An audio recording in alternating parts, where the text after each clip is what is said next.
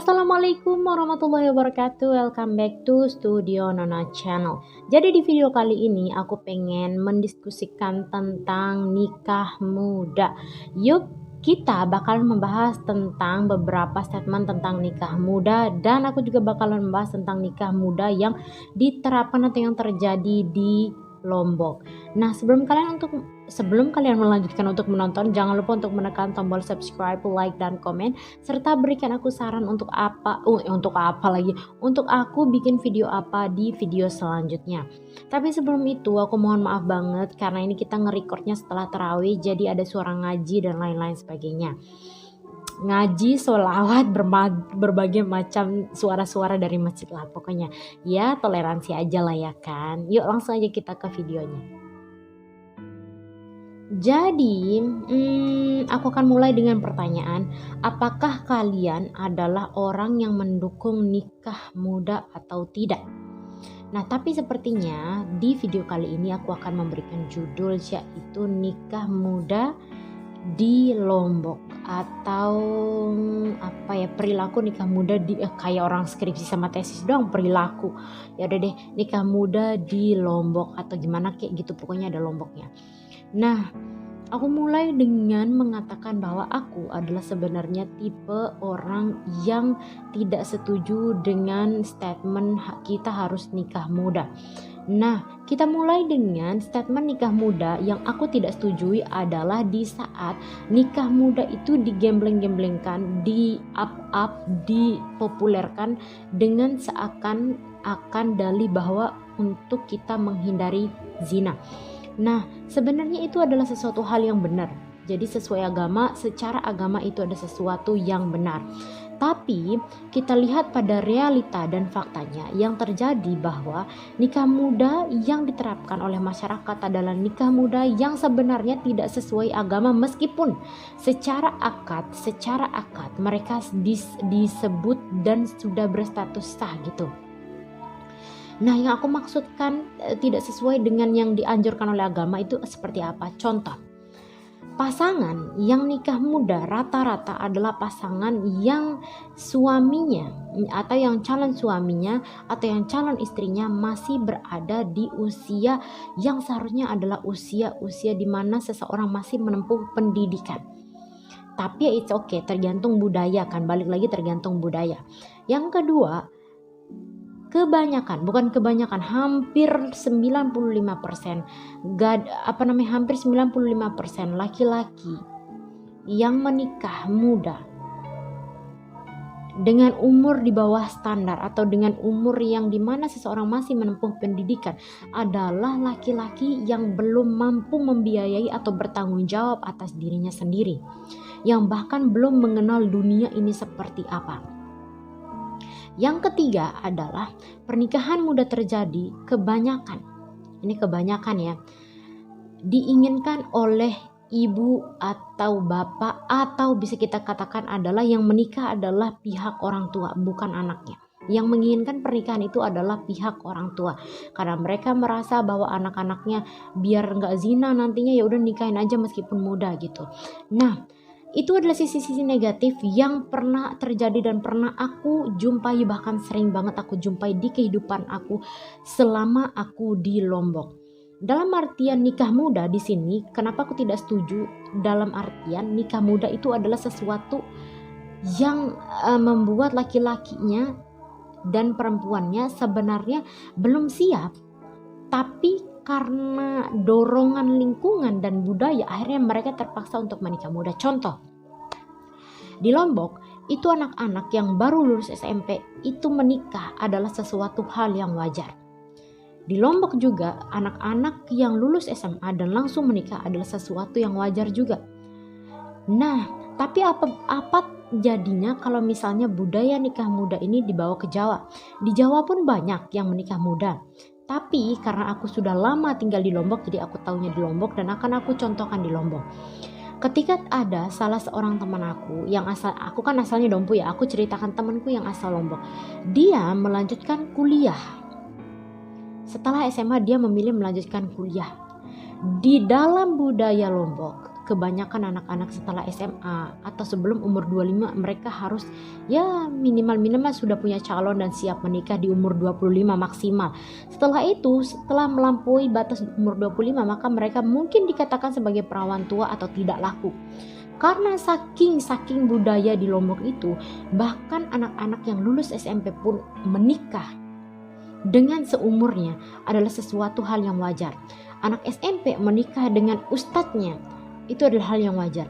Anak SMP menikah dengan orang yang jauh lebih tua daripada dia. Bahkan ada nih tuan guru yang mengambil muridnya sendiri. Tahu kan umurnya tuan guru sudah bukan lagi hitungan 30, masuk 40 bahkan 50. Menikah dengan muridnya sendiri yang dimana mungkin masih berusia antara 14, 15 bahkan belum masuk kuliah gitu. Nah, yang jadi permasalahannya adalah sebenarnya dari perspektifnya aku tidak apa-apa jika laki-lakinya sudah mapan mengambil perempuan yang masih kecil, dalam arti si perempuan menginginkan pernikahan itu juga tanpa dipaksa loh ya, tanpa dipaksa. Tapi kemudian yang banyak terjadi adalah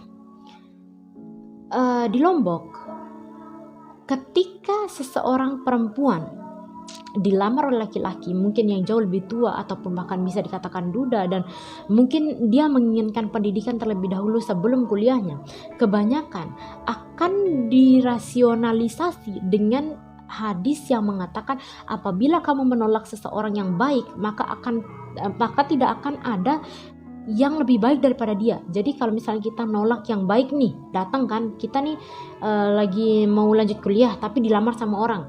Terus habis itu tuh orang itu ternyata baik secara agama, kemudian baiklah di secara kasat mata manusia baiklah gitu ya. Kemudian datang melamar seorang wanita padahal wanitanya tidak mau.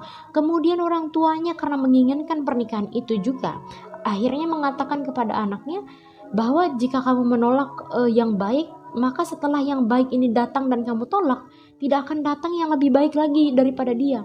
Atau dengan istilah akan datang yang lebih buruk daripada yang datang pertama ini gitu.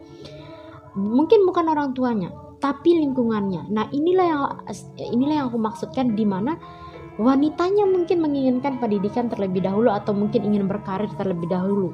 Tapi karena budaya yang memaksa, akhirnya dia harus melakukan pernikahan tersebut tanpa keputusan tanpa mengambil keputusan secara mandiri gitu. Jadi keputusan yang akhirnya dia laksanakan adalah keputusan yang diambil oleh orang tuanya atau bahkan lingkungannya sendiri gitu.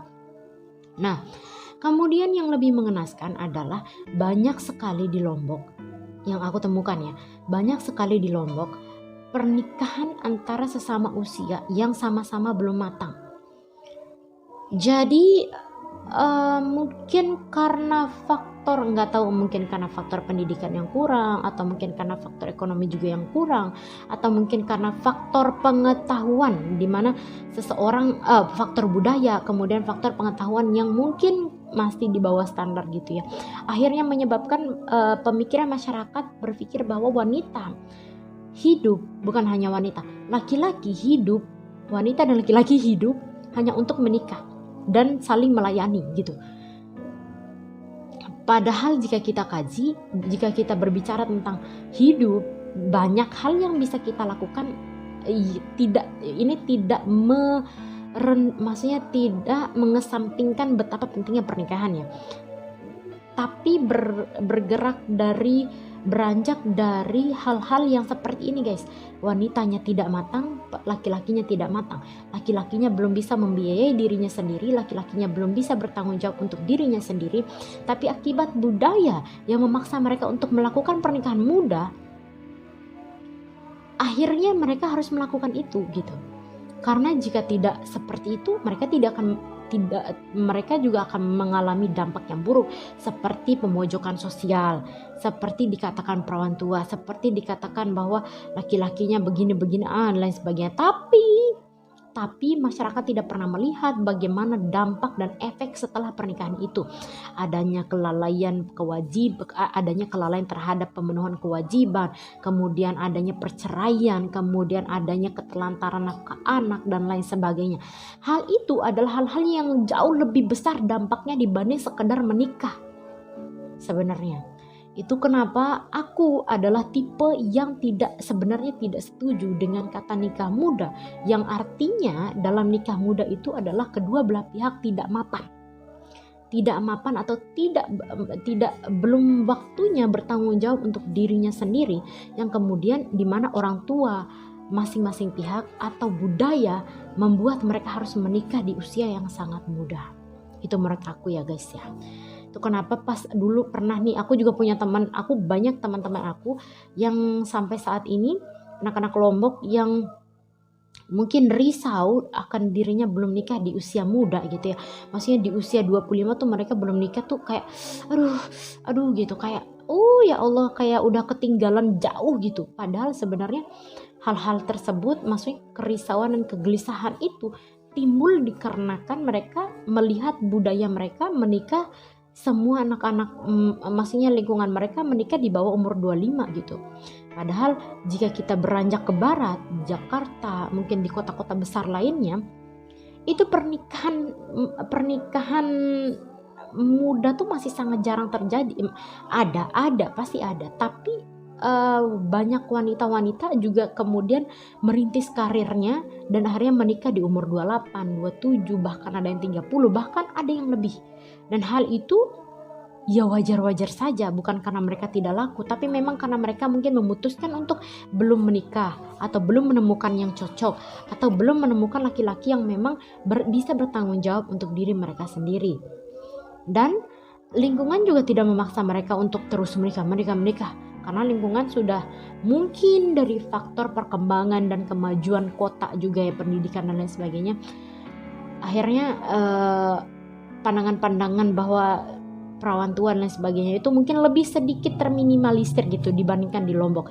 Di Lombok kalau misalnya kita di umur 30 belum nikah, itu adalah sesuatu yang sangat aib banget. Padahal itu hanya karena budaya. Jika pindah tempat pun beda budayanya gitu.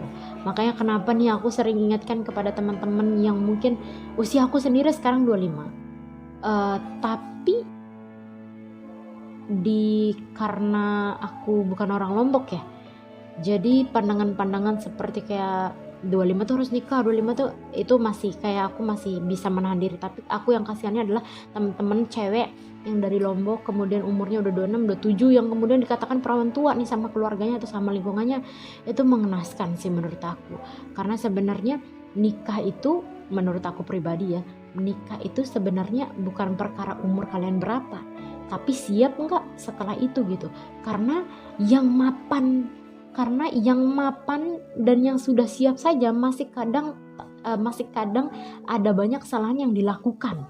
Padahal udah dipersiapkan dari belajarnya, dari ekonominya, dari sisi kesiapan tabungan, terus mental dan lain sebagainya. Itu masih saja bisa melakukan kesalahan setelah nikah. Apalagi yang tanpa persiapan atau bahkan tidak memiliki tanggung jawab terhadap dirinya sendiri gitu. Jadi menurut aku janganlah berpandangan bahwa menikah itu harus sesuai umur. Umur 25 harus nikah, umur 28 udah perawan tua, 30 udah gak bisa laku nih. Janganlah begitu guys. Kita mulai berpindah memajukan sebuah pikiran bahwa pernikahan bukan tentang umur atau tentang batas, tapi pernikahan itu tentang sesuatu hal yang dimana kita menemukan seseorang yang tepat, mampu bertanggung jawab atas dirinya, atas diri kita. Kemudian tidak menganggap hal-hal kecil adalah masalah besar. Kemudian mampu mengontrol emosi dan lain sebagainya. Nah, itu sekian guys, sudah panjang lebar aku ngomongnya. Ternyata kalau bikin video ngomong-ngomong kayak gini lebih panjang daripada bikin video ngabuburit ya. Ya udahlah.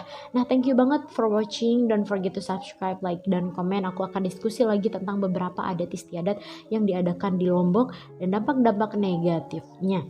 Nah, oke, thank you banget. Wassalamualaikum warahmatullahi wabarakatuh.